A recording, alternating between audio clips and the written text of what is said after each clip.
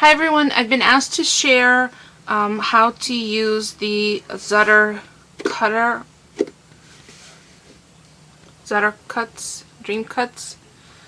and it's basic. Its openings are 12 inches wide, so you could use a 12 by 12 to cut in half through the slot right here, or cut in thirds through the front. The back slot is adjustable, so you can cut other size paper, but in half only. The front slot is not adjustable, it just has these guides to drive the paper through and then crank it to cut it, but it's not adjustable. So if you have something that is 12 inches wide and you want to cut it in 3 equal parts, then you would use the front. What I'm going to show you today is the back panel, the back cutter. So this is a foldable feed tray that just pulls out and then pops in.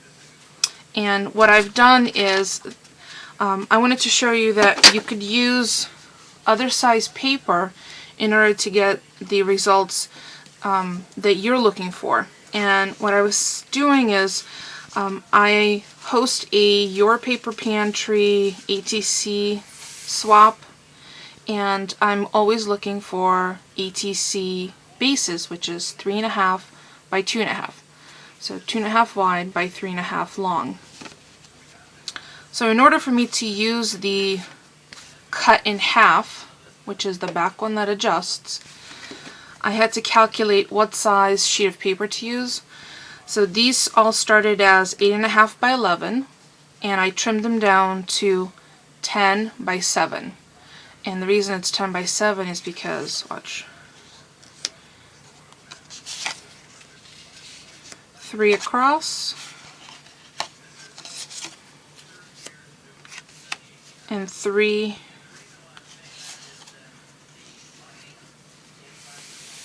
down of ATCs. So that's pretty cool. So what I'm going to do is I'm going to show you how to get these, and they're not microscopically exact, but they're pretty darn close. They're close enough for me. I haven't had any problems. Several people had commented that they were having a buckling issue, and here's one of the ways that I found to get around that, or to avoid that. You place your paper in gently, just let it drop naturally, then move the guides towards the paper, and the paper will readjust to center because the blade is right in the middle. So I'm going to pull up, I got caught in the paper, in the guides. So you want to make sure that your paper fits but is not buckling. Let me just move that just a little so you can see the angle. Right here, you don't want the paper to buckle. You want it to just lie flat across it. And you want the 2 guides to be butted up to the paper without buckling the paper. And this is what I do. I put one finger on the, and you can only run through 1 page at a time. This is a 110-pound weight cover stock from Staples.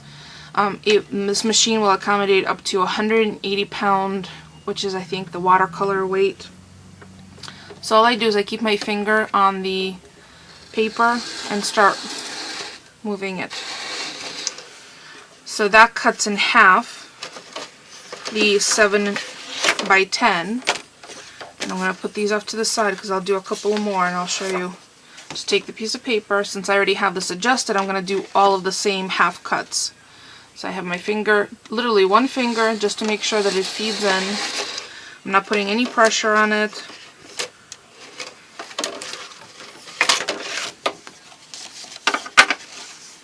And it cuts in half. Let me show you a couple more. 1 finger, just so it's feeding. There's no buckling. Cut in half. Put it off to the side. Here's some cream color, which is like the manila stock.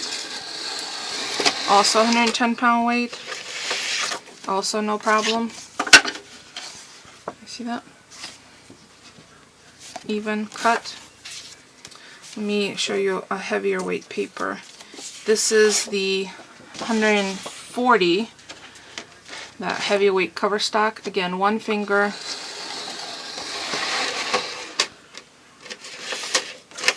Nothing is being forced through. It's in half. Let me show you a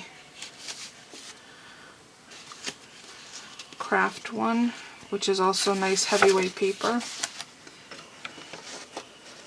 I trimmed all these down to the same size. One finger, roll it through. So now I have all of these 7x10s cut in half. So now I'm going to start running them in half. So I'm going to squeeze this in a little more. Again, you want to make sure it fits your paper without buckling, because if you see buckling, that means it's not going to cut straight. So I want to have this cut in half.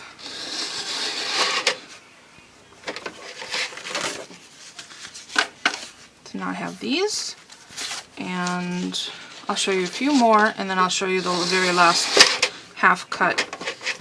And you could do this with any dimension, any increment that you need that could be cut by 2. And if you have a very specific measurement that you need to cut, all you need to do is double the dimension. And then either use an 8.5 by 11 page and trim them down, or 12 by 12, whichever is more appropriate, where you can get the most out of. I'm using an 8.5 by 11 trimmed down to 7 by 10 for the ATCs, because using a 12 by 12 would just waste more paper, because you can't get another row of cards out of 12 by 12, because the ATC is 2.5 by 3.5. So, and I hear a dog dancing behind me, so I'm gonna have to hurry up because I think his back paws are crossed. So now I have all of these, and look at how they're, again, if there's no buckling, these cut very smoothly. So now I'm going to take the last one, and these cut in half will produce the actual ATC size cards. And if I was going to do this with just my trimmer, which I absolutely can, and I have obviously in the past, it would just take me a lot more time. Just want to make sure that it's even and that I don't have gaps. So, sorry if I'm knocking the camera. So now what I have is a 2.5 by 3.5 card. Let me show you the... And once you adjust it once, if you cut all your papers accurately initially, they'll fit. So for anyone who's interested in the formula, it's really, really simple. But what I'll do is I'll have some examples on my blog. The ATC size, I've just given you the dimensions. It's a 7 by 10 that trims down, and you get ATCs that way by using cut half, cut half, cut half. If you are looking to do postcard size, that's a 12 by 12 sheet cut in half, and then each of those halves cut in thirds. Because those are even and they're 12 inches long, you could use this to cut it in thirds, and you'll get 6 4 by 6 sheets. So you get the idea. So here's the set of cards. I didn't have to measure anything. All the measuring was done by just squeezing these two guides. I have an entire stash that I could do in a matter of minutes. Let me show you what this took me just a few minutes to do. Once you have everything down to you know, each time you do a half cut or cut in half and then reset it. You wouldn't want to keep resetting it for each sheet, so I just cut all the sheets down until I get this ATC size, which is what will have on hand for all of the months for the ATCs for the year. These are also great size for journaling cards. You can decorate them up, or you can just have them on hand in various colors of cardstock all ready to go. You can also use pattern papers, and if anyone has any specific requests for a dimension, just leave me a comment or stop by the blog. I'll have a listing of the most commonly used sizes for crafting, like for card making, things like that. For the dimension that you would need, which size paper you need to start off with. So if you have any other questions, please leave me a comment. Otherwise, thank you so much for watching.